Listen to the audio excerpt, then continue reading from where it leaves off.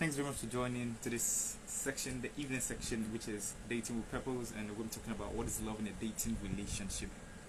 I'm going to be having Mr. Daly speaking on the topic. So before he joins in, I'm going to read out his profile, and then we'll begin. So, Mr. Daly is a relationship and family life coach, a writer, leadership consultant. He has a bachelor's degree in electrical engineering and master's MBA from Business School, Netherlands. He has obtained several certification and training in the field of management, leadership, counseling, family life from Lagos Business School and other institutions.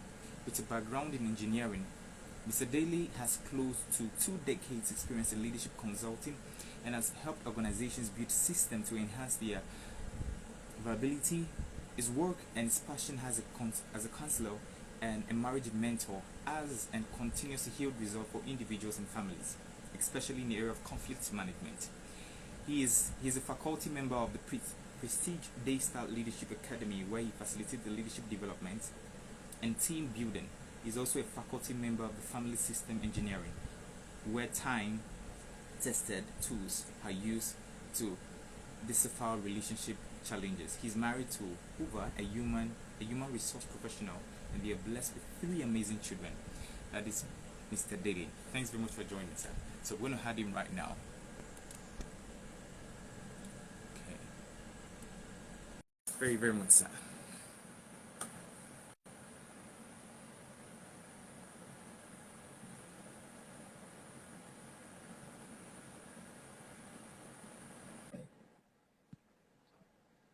Thanks very much, sir. I'm very Thank you. thanks so much. I'm really, really grateful for this. Really, really grateful. So I had to read your profile Good before evening. you joined it, so I don't have to read the profile again while you're doing it. So All right. the floor is yours, sir. So I'm going to be starting. We have young people who are also watching by Mixel, so I'm actually starting the mix now. Okay. Yes, thank you very, very much, sir. We can start. Thank you. Thank you. Okay, yeah, it has started. We're live now. All right. Can I go ahead? Yes, please. Yes, please. But before you go ahead, sir, so I've been watching you. I watch you very well. I watch you very well. Like, it's a great privilege to have, like, Pastor. It's a privilege to have Pastor Samademi here. Like, mommy, Pastor, I feel like I'm speaking to Pastor Samademi. Thanks so much, sir. Thank you so much. Thank you. I also see it as a privilege, and at least it's an opportunity to also give perspective in what I do and what I'm passionately committed to as well. Yeah, so I'm free to roll, right? Yes, please. Yes, please. Right. We're looking at what is love in a dating relationship. What is love in a dating relationship? I tried to put some things down right before me here. But when we talk about dating, dating is a concept that we've come into, that people take as, when people get into friendship. Friendship that now has the possibility of getting into a more serious relationship that possibly can or eventually now lead to marriage.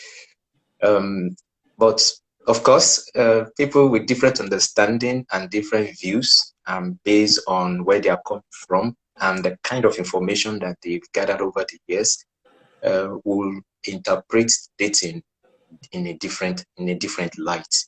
I put something down here. I said dating is where 2 people who are attracted to each other spend time together to see if they also can stand to be around each other most of the time. So I've gone further to talk about the varying views from different people, what they understand by dating. So I would just say it's more like a pre-stage before you get into a serious relationship. Because I think it gives somebody opportunity.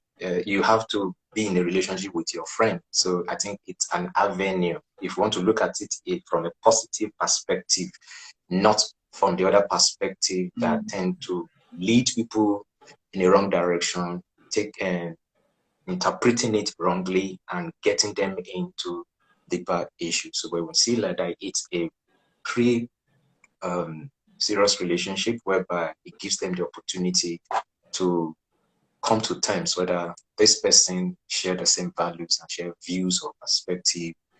Maybe we're actually heading the same way as they want to, because from there it gives you an opportunity to know, okay, if I have understanding that marriage is a lifelong relationship, then you want to be extremely careful about who you are going to get into with.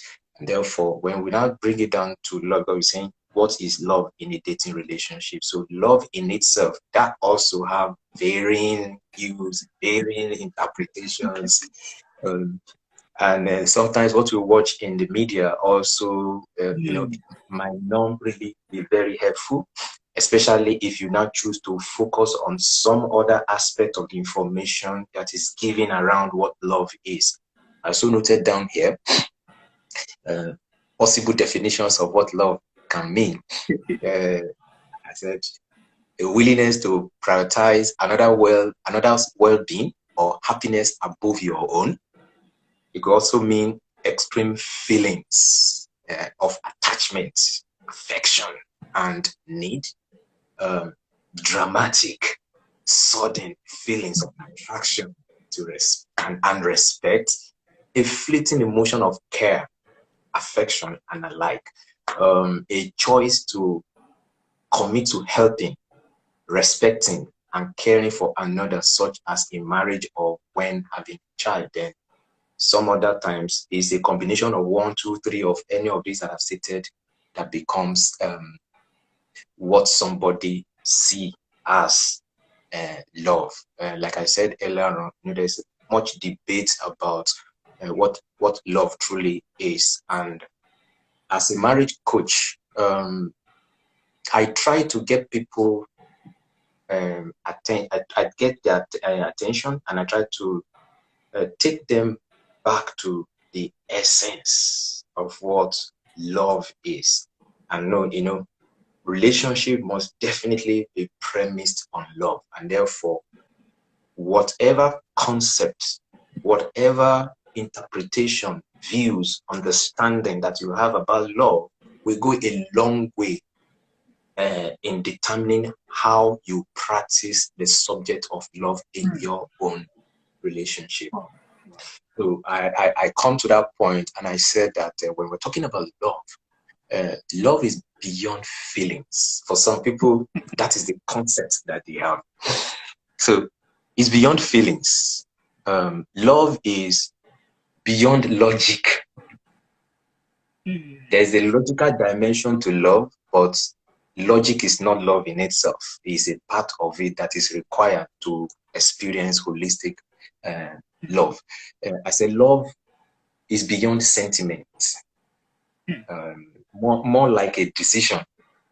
So I'm not sentimental about it because I know what I'm getting into. I started out by saying that somebody have a concept that if in marriage, at the end of the day, is a lifelong commitment, then I don't want to just treat relationship I'm having with my partner that is my potential spouse.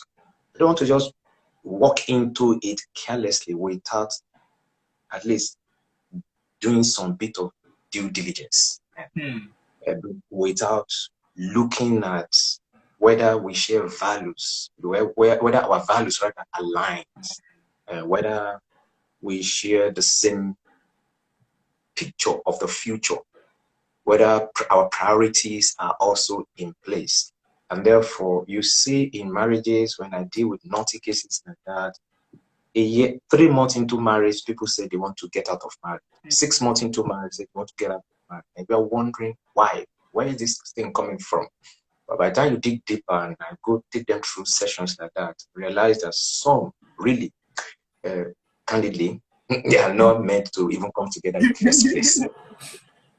I'm telling you, they are not meant to come together in the first place, because if you don't understand what you're getting into, you might not have developed enough absorbing strength to go through the stages of that marriage. Because when you get into marriage, there are different stages.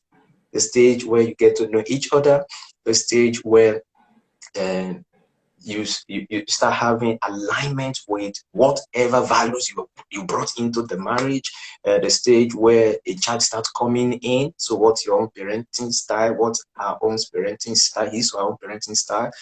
What are your personality differences that come to play when you are in a relationship with your partner? What is this person's love language?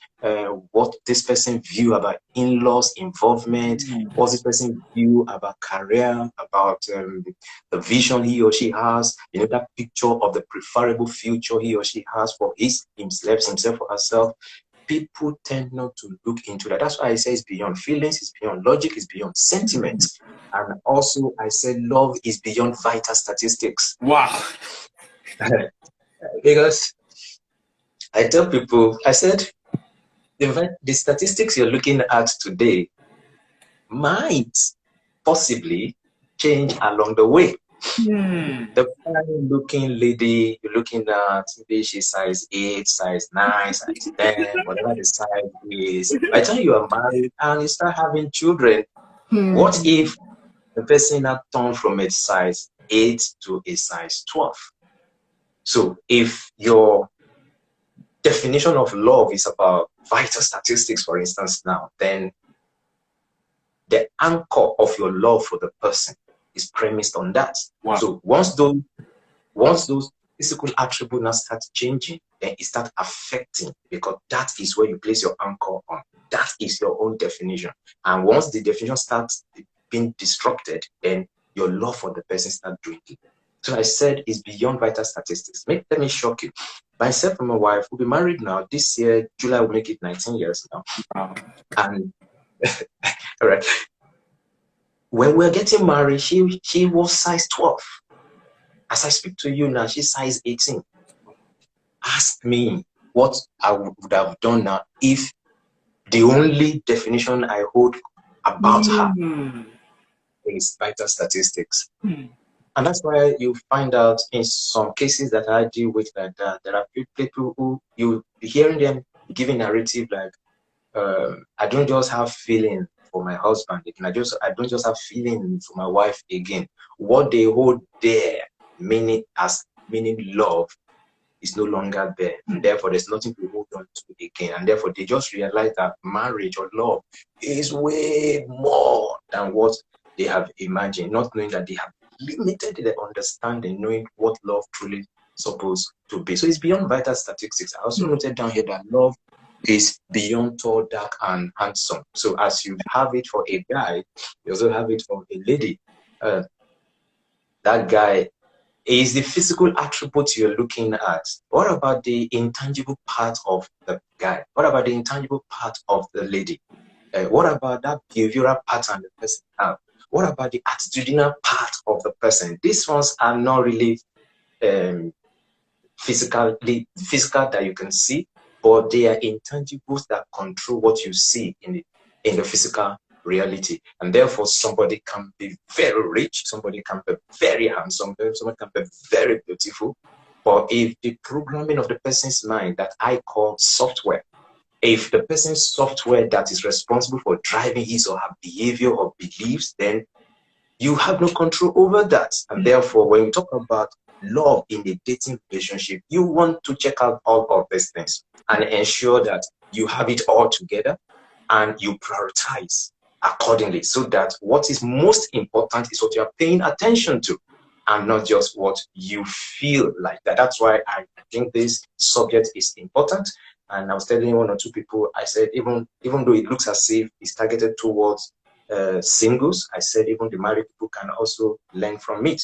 So I said love is beyond relationship with benefits. So are you in it for just what to get, or you are in need for what to give? If you are only in it for what to get, then you are making a big mistake, because it's not going to be sustainable. And as I also said, that love is beyond cultural biases. Some people is what they understand according to their culture that they attach to love. So if it's not played based by their culture, then person, that they have that's what they define like as love. And if the person is now culturally biased, then the person will not interpret love as the way he ought to. He interprets or she interprets it based on what culture says, and it's actually way beyond. So then if I'm saying what love is not, then what is love itself? It's an embodiment of a whole lot of things. For instance, love is sacrifice. Love is sacrifice. So when you're ever talking about dating in a relationship, love in a dating relationship, you need to understand what you are getting into.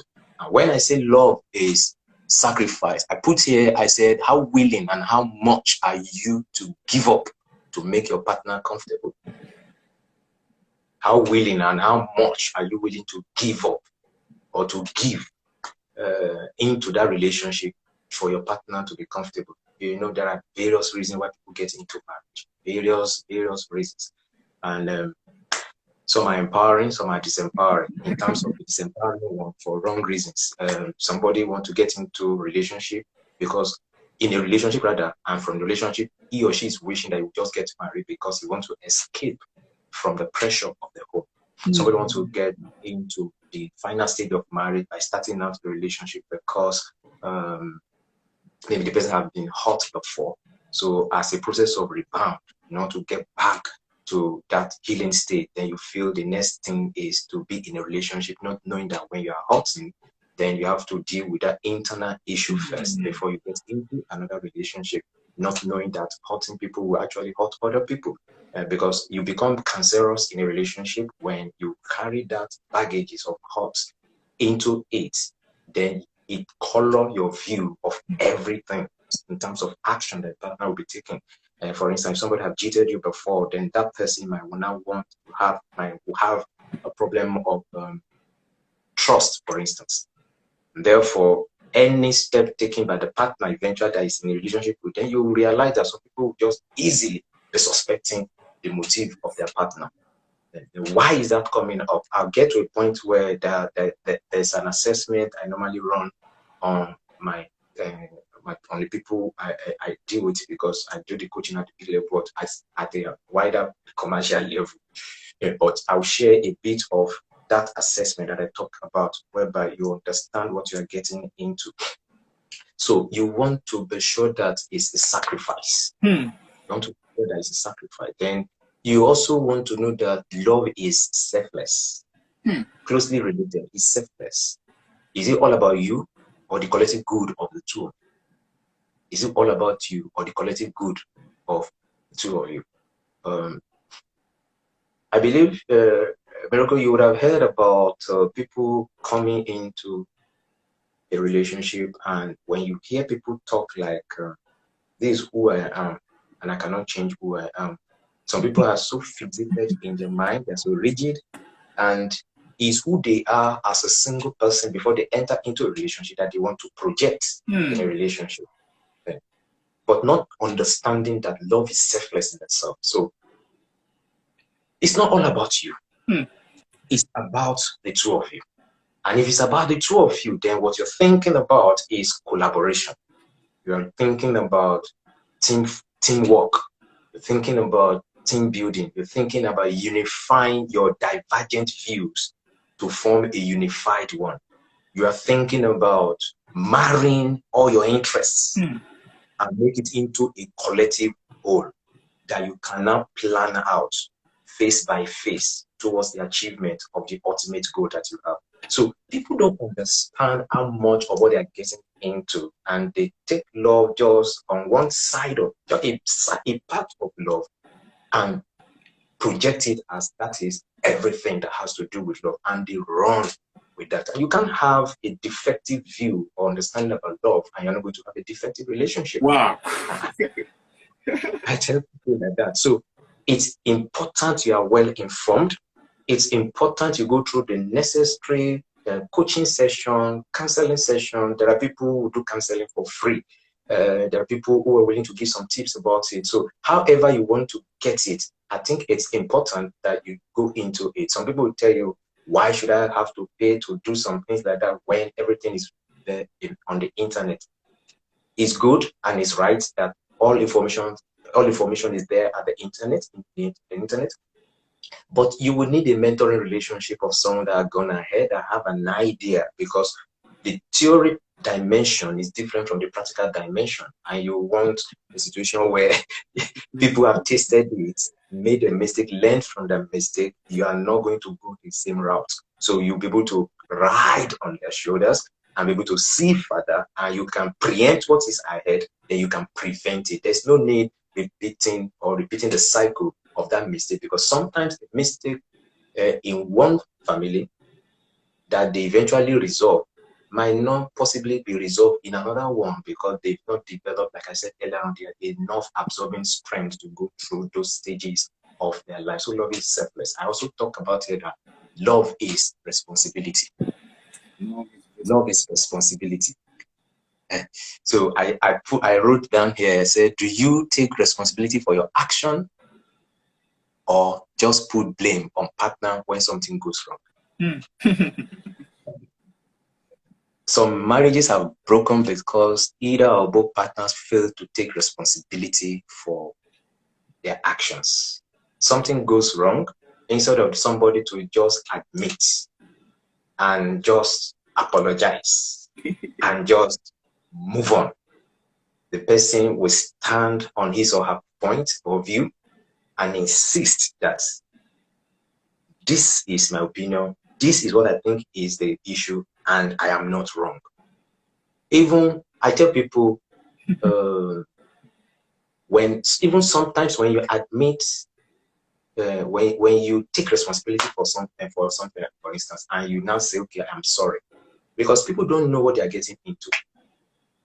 I've developed myself to a point whereby sometimes when I'm the one that is wrong, she will say she's sorry. Some other times she's the one that is wrong, I'll say I'm sorry. But it didn't happen in a day. It was a journey until we got there.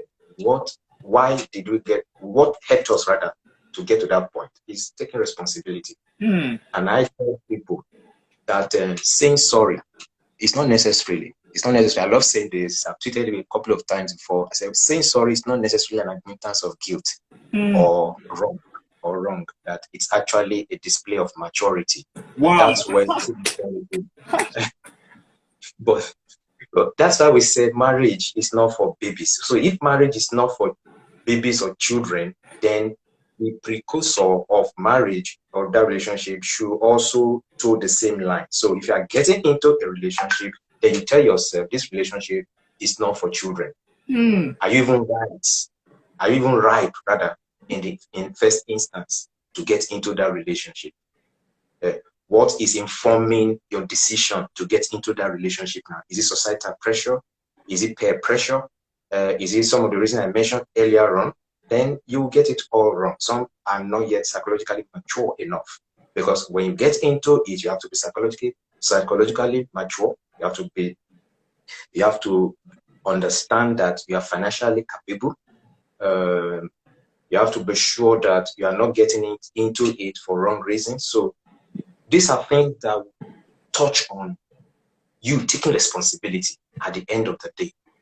So when you understand love from that perspective, then you are better prepared in a dating relationship. I added here also, love is unconditional loving.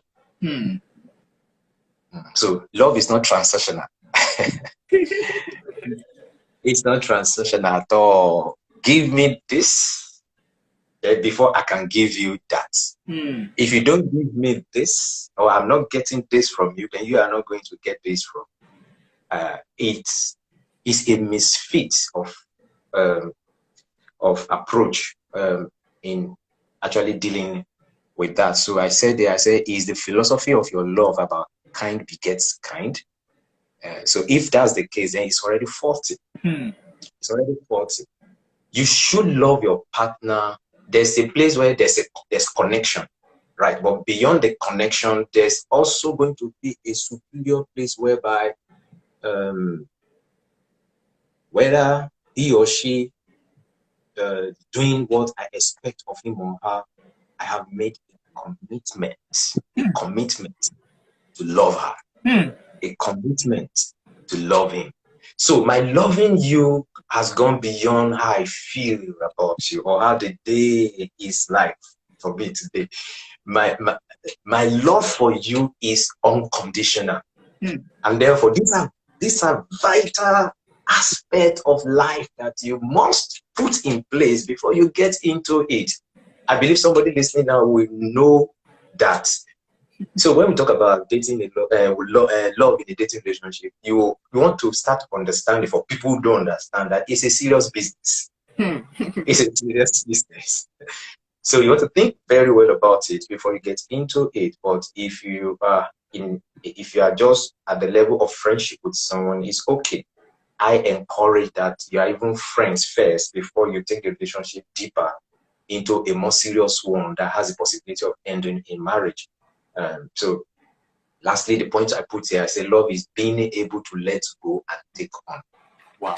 Is being able to let go and take on. And I stated also, are you rigid-minded or fluid enough to unlearn, learn, and relearn? Are you rigid-minded or fluid enough to unlearn, learn, and also relearn? Miracle, I believe you've met people who will tell you, who carry the mindset of being single into a relationship. So I tell couples, when I deal with post-marital relational issues, I tell them, you've lost the right to take unilateral decision when you have entered into a serious relationship that is leading to marriage. And for marriages, you've lost the right to take unilateral decision when you have signed up that you are married to this person. If that mindset or understanding is not there, then the person will have an issue. Because who I am as a single person cannot accurately fit into the actions that I'll be taking, the approaches I'll be using when I am married. There should be a sort of adaptation. Am I saying somebody should lose his or her single life experience or single life personality? No. It's actually reworking it or adapting it into a new stage of your life. Before now, you can make unilateral decision. You can choose to stay in a house. You can choose to tell yourself you want to go from point A to B. And in the course of going from point A to B, something happened. You just decide, let me go from point A to D. And you're not accountable to anybody for whatever reason. And therefore, but by the time you get into marriage, some people lose that understand. They fail to understand rather that now is a team thing. And therefore, if I will have to do every other thing, then I must agree with my partner, because her views or his views is also crucial in this decision. And therefore, if I leave the house and I said I'm going to point A, and something now happened through unforeseen circumstances, and I have to change my itinerary from A, heading to A to now moving to D, then you need to be accountable. Sweetheart, I think something just came up, and what I said, well, I was going to point A. Now I think because of this, I will be heading to point D. It's about accountability. It's about now putting the other person into clear view that now it's not about you alone. It's about us. And if it's about us, what do you do in a team? Then you put each person's opinion and contribution into perspective, because it counts. The moment somebody starts saying something that I'm not ready to let go, or you have to let go of everything, I'm the one taking on, then there'll be a problem. That means you are in it to take, and you expect the other person there to give. Life in itself is about giving and taking. So when you bring it down to a relationship, it's supposed to be about giving and taking. And at some instance in that relationship, you are the one that will let go for a partner to win the case or to win the opinion, because it so happened that it's a superior opinion. Some other times it's the other person's opinion that should fly. But you have people who have this stereotype mindset that if it's not them, then if it's not their opinion, then it cannot be another person's opinion. Then these things have deep cultural issues, especially in this part of our world, where let me take a case in question now, like somebody that believed that a wife must be the one that should cook, but the husband should not cook. And they strongly believe that if the wife is not cooking, there's something is wrong with the wife. Or that women are meant for the kitchen. When it comes to serious decision making, then women should step aside, and we guys have to come mature. We are men. So people have such a mindset. So there are different assessment tools and strategy and therapy sessions that I run to help people get back to where they are coming from, help them relate to the influences of their past experiences, how it has led them to where they are today, so that they can relate with it right from their childhood to wherever they are now. I tell people your past experiences have a way of impacting your current reality. Wow. And therefore, if you don't take note of that, then it goes a long way in disempowering that relationship. So love is being able to let go and take on. So if you don't have that whole picture in clear perspective, then you'll be one-sided, just rigid. As I say, are you rigid-minded or fluid enough to unlearn? Unlearning those traits that can hamper healthy relationship, then learning those ones that will empower the relationship, and relearning, improving on the ones you know that are good, but there are better ways to go about it. So it's a whole concept and it's a whole discussion on its own that can take us a whole day. So I rest my case on that. Wow. So before I believe there's a time for question and answer, right? So, yeah, there's questions. There are questions. So let me share one of those things that I use, especially for premarital relationship when people are trying to get into marriage. They're already in courtship. They might say it's an old way of calling dating and courtship. But whatever name you choose to call it, you can call it. I'm talking about serious relationship now. Serious relationship that is tending towards marriage. So we try to help people gain perspective, aside so many other things that we do, because there are sometimes 15 intensive sessions that we have to run them through that can run for 4, 5, 6 months, depending on the availability of the people. And when we judge a case, before they ever go in, run an assessment on them, we have an idea of which areas are very critical. So it informs how many sessions that will take. So for instance, we ask, what is the most important ingredient for a successful relationship?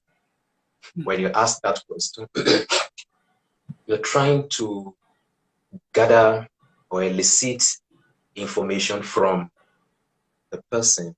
What's this person's word? What's this person's understanding of what relationship is all about? So as a professional, take note of all of those things. You ask the lady, you ask the guy, let them answer separately at separate session, or if they're together, you're asking them separately. Each person gives a response, note it down, then say, what is love? That's where you see a whole lot of definition about love. That's how you go into all of those things. So it come across your way to know whether this person is getting what the true meaning of love is or not, whether somebody is just operating on facade or is operating on the real deal. So it helps to understand where both of them are coming from. Then at the end of the day, you can help them align their views. Whoever is having a wrong perspective to it, you're able to share your own perspective with the person so that the person can understand, the person can see it in the right way it ought to be. Because sometimes you see people, they are in two different worlds, because their concept of what marriage and love is totally different, because they are from two different nations, called nations like different families. And this has to do with how their upbringing and how they were brought up. It has to do with the environment they grew from. Mm. It has to do with the kind of culture that programmed them to become who they are. It has to do with their exposure in terms of education, in terms of association. That go a long way. A lot of those things go into the concept of what love is for the person. So when you're asking the person what is love, you hear common of things, then you're able to help them, because what as a professional would try to help somebody to do is that place of alignment where they are seeing the same thing. If they're not seeing the same thing, they're going to be operating at different level. And they're operating at different level, the relationship will be torn apart, and you don't want people to get that done. So that's a big place there, because we're talking on the subject of love, the dating relation. That's why I took a little more time to talk about that. Then another one is, how do you know someone who truly loves you? How do you know someone who truly loves you? That will help you get information about how this person perceive love. Like talking about love language and rest like that. You want to know whether this person is coming from the point of a gift, the person is coming from the point of quality time, words of affirmation, act of service, and there are 5 of them like that. So it helps to put things also in proper perspective, that they person understand that, because people tend to love people based on their love language. And if you want to love people based on on your own love language, God helping you that this person's own love language is different from yours. So, sometimes people don't just understand why they're having issues. But when you look a bit closely, beam lights, those set lights into it, and I discovered that somebody is trying to use a round peg, forcing it into a square hole. As long as that person is making that effort and assuming that that is the kind of shape you need to use to get into that, it's not going to work. And if it's not going to work, it's just a matter of time. Somebody will get tired. And when you get tired, I'm not a prophet of doom. That relationship will give way until they have the understanding. Sometimes, a good number of times, knowledge gap is a big deal in what creates problem in marriage. So you want to know, so how do you know someone who truly loves you? So the person is going to, you have an idea of what influences the person's perspective and view. And lastly, why are you in a relationship? So it helps you now narrow down on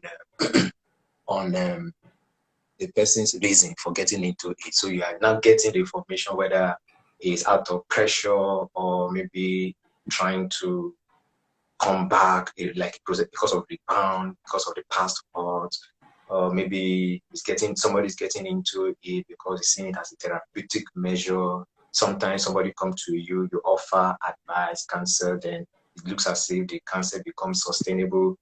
By the time it becomes continuous. And when it's continuous, there's feelings that are developed. You now like the person. Interestingly, once you are helping somebody out, you are filling up the vacuum, the person also now develop feelings towards you. Then before you know it, say we have chemistry towards each other. Then you want to ask yourself, this chemistry we're talking about, is it kind of chemistry that is strong enough to take us on the long run? So you want to be sure the reason this person is giving is sound enough to align with what will make the marriage at the end of the day sustainable. So thank you, Miracle. I think let me stop here. It's 6:30. So honestly, I felt this was like a therapy section. It was so deep, like so I had to write about 3 pages or 4 pages. Wow. Wow, Pastor, this is I don't know how this can actually go for. I don't know what it. I might have to download this and then sponsor it so young people can actually listen to this. I mean, Pastor, this is very powerful. Thanks so much for this.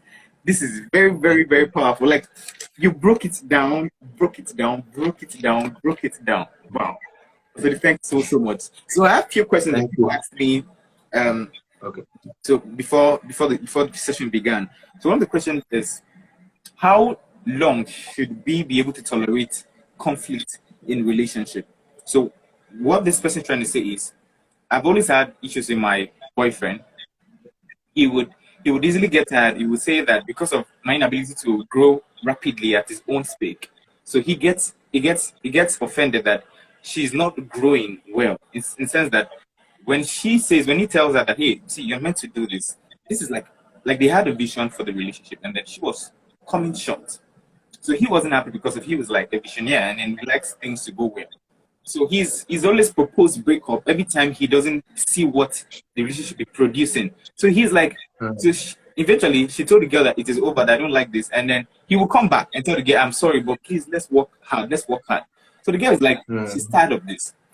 That she's tired of this. But the girl actually has something good. He has a good mind, but it's just that the girl is actually growing at the peak where he wants it. So the girl eventually got angry and said, it is over between you and I. And the guy kept going back to beg the girl, kept going back to beg the girl. She said she can't take it any longer. She can't take it any longer. So the girl is actually asking that how many times should we tolerate such thing in a relationship? And when should be time where we should call it is over? And the girl is actually asking, is she wrong or actually say it is totally over? Whilst the girl, she knows actually that the guy also loves her very well. All right, thank you. It's the question is very good. The same way that question is applicable to singles is also applicable to the married people. You know, I always like talking about the root cause and not cutting the leaves. How long is relative? How long is relative? I think we should talk more about the knowledge. When we have knowledge gap, it can be very frustrating. Let me use my case as an example, myself and my wife. You know, personalities play out here. When we talk about personalities tend to come with strengths and they also tend to come with weaknesses. So if you don't understand that, then you want to make your partner to become you. As long as that's your expectation, then you are far from achieving a reasonable result or compromise or resolve in that issue. I cannot be you, you cannot be me. I need to have that understanding.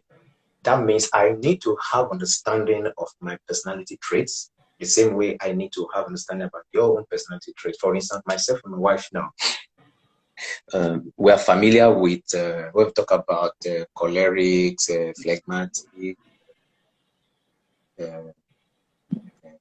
phlegmatic, what do you call the other one? The 4 temperaments type now. We have the choleric, we have the phlegmatic, we have the sanguine, and we also have the melancholy, like that. Melancholy. Yes, melancholy. Yeah. I'm trying to remember that name because what I call it is intimidating humor. Intimidating humor is similar to what we call choleric. Creative convertible, we try to use car model to describe that. So creative convertible is what is referred to as sanguine. So you see that sanguine, you know, outgoing person, up and down person cannot stay in one place. Then you look at the creative convertible, it's flashy, it's colorful, and so that. Then you look at systematic thought. Systematic thought, you look at it, it's just easygoing, takes its time, and it's similar to melancholy. That is like a perfectionist, somebody who is detailed, somebody who will take forever to be able to plan and make sure that it's perfect before he or she takes a decision. You're looking at dependable truck. Dependable truck, we use that truck to define somebody that is heavy, somebody who equally takes his time. And these people have the potential to procrastinate, which is similar to phlegmatic.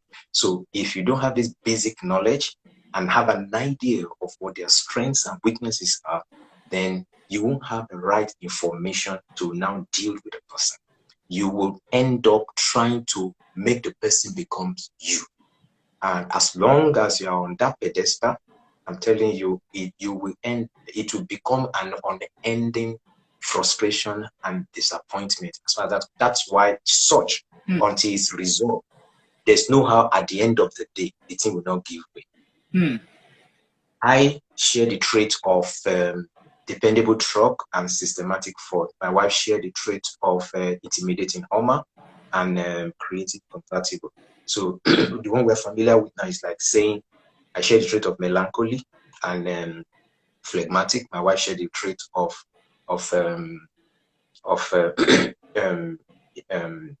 I try to remember the old names now. I tried the trait of choleric and sanguine. And as a choleric person, they are go-getter. They are achievers. They get things done. And they want to resolve an issue, and they want the issue to be resolved now. When we just got married, well, we have to resolve issues. that I realized that I want to take my time. I want to take forever to come to a decision. And she will feel so she's frustrated. What is there about this issue that we cannot talk about it right now? And I'm looking at it that don't push me into making a decision because I have to take my time to ponder on it, to meditate on it. At some point, even though I know I love her genuinely and we both love each other, we understand what we are getting into, and at the same time, I was not feeling this way. At some point in time, I was telling myself, I hope I've not made a mistake, because practically every 48 hours, we're always having disagreements. So I think it's looking like what this person, the state this person have gotten to now. It's just that the difference is that then we were already married. In this case, we are not yet married. So what helped me was that I have to come to terms. I mentioned the aspect of knowledge gap. I have to come to terms to now realize that she's not me, I am not her. She has strengths and she has weaknesses. I have strengths and I have weaknesses. Then my eyes were open, my understanding open to know that where she have strengths is where I have a bit of weakness. And where I have strength is where she has a bit of weakness. But human being who they are, we always mirror their partner on the basis of their strengths. I tell people that way.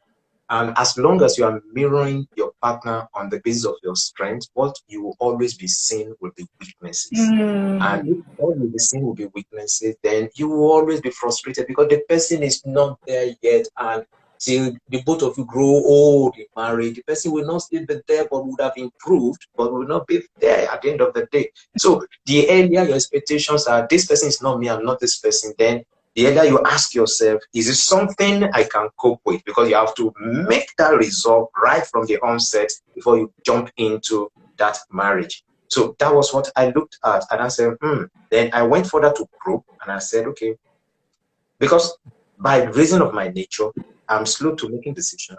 I'm also sensitive to words. Where I grew up from, we are careful about the kind of words we use on each other. Where she is from, her own part of our world, they can discuss something, they can have disagreement, and the next minute they are playing. Where I came from, when we had that such a disagreement, it will take us a while before we come back. Now, she entered into this marriage, I entered into this marriage, thinking that when we have an issue like that, let us just take time, like 1 week, then we can come back and resolve it. And she is already very mad with me that why on earth? Because now I've said, let me think about it. You are thinking about it until the whole thing gets so rotten. So I now have to sit down one day. I say, fine, I might not like some bit of what you use inside it, but candidly, does it really is she trying to actually put me down? I said, no. So why will she act the way she's doing? Because I have to do self-evaluation and I have to be very objective. That's why I said marriage or love we're talking about is sacrifice. So I have to think about it. I said, what's the intention behind her saying all of this? That was when the understanding opened, and I said, it's for my good. And over 90% of the time, when she's not happy with me, it's because it's just for my good. And when I realized that, it changed the paradigm. You know, the meaning you give something has a way of influencing your attitude. And therefore, if you give a disempowering meaning to a statement, it will not resonate well with you. And therefore, I have to think through it.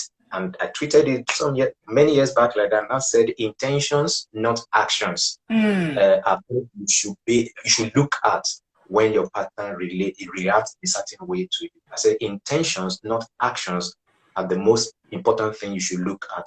Because when you lose sight of the intention, then you will misinterpret practically every other thing. And this person is now very angry that because of you, I am doing this. Because of you, I am angry. Now you are misinterpreting my anger to mean a different thing. You are now reacting, but that's not how the person will be happy. And if he or she is not happy, then it means the relationship, you will not be able to resolve that situation in a healthy manner. So you see how in relating down conflicts, relating that conflict issue that you have to have that deep understanding. And that's why I said there's no time. Time is relative. It all depends on how soon you're able to have understanding of it, and how soon you're able to marry it together and understand.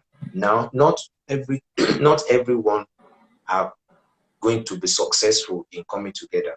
There are some people, they are not yet mature, they are not there yet, and you don't want to go on a journey with somebody who is not prepared yet for the journey. Because sometimes I tell people there are no bad marriages or bad relationships. We only have two, either or both disempowered people in a relationship that actually make mess of the relationship. So it's all about that concept, and I believe that should be able to help the person. But more importantly, I think the person, they should be able to see a counselor and maybe can take them further down and give them proper perspective. And this guy need to understand the intention behind, both of them to understand their intentions so that they don't misinterpret and therefore misjudge the other person's action. Wow. Today, this is very, very powerful. You answered all the questions I wanted to ask already. Answered everything. You answered everything already. Well, so let me ask the viewers, for those who have questions, so that we will let Pastor Dele go. But let me say this quickly. Please, if you're just joining, I would really advise that you actually start. If you can go watch the video again, it's very, very, very, very interesting, very powerful. That I believe I would also go and watch it again. Please, if you can. So, is there any question here before we leave? Any question? Any question? Okay. I think no question, but Pastor Dele, thanks so much for this. Thanks so much. I'm very, very grateful. One thing I took here is you said intentions, not action, should be considered in a dating relationship. Yeah. Wow. Yeah. Thank you so much, sir. Thank you so much. Thank you so much. I'm very grateful. I don't know how to say thank you, but I'm just saying thank you because this is very, very powerful, and it's going to help young singles so they don't make mistakes in marriages. And having to get your knowledge at this stage of our lives would actually make us make better decisions when we get into marriage early stage like this. And we're very grateful for you in this. Thank you so much. Thank you for having me, and thank you for every other person that is a part of it and also be watching after now. Thanks so much, sir. Thanks so much. Okay, so I think no questions. We're going to let Pastor Dele leave now. Thank you so much, Pastor Dele. Bye, sir. Thank you. Bye.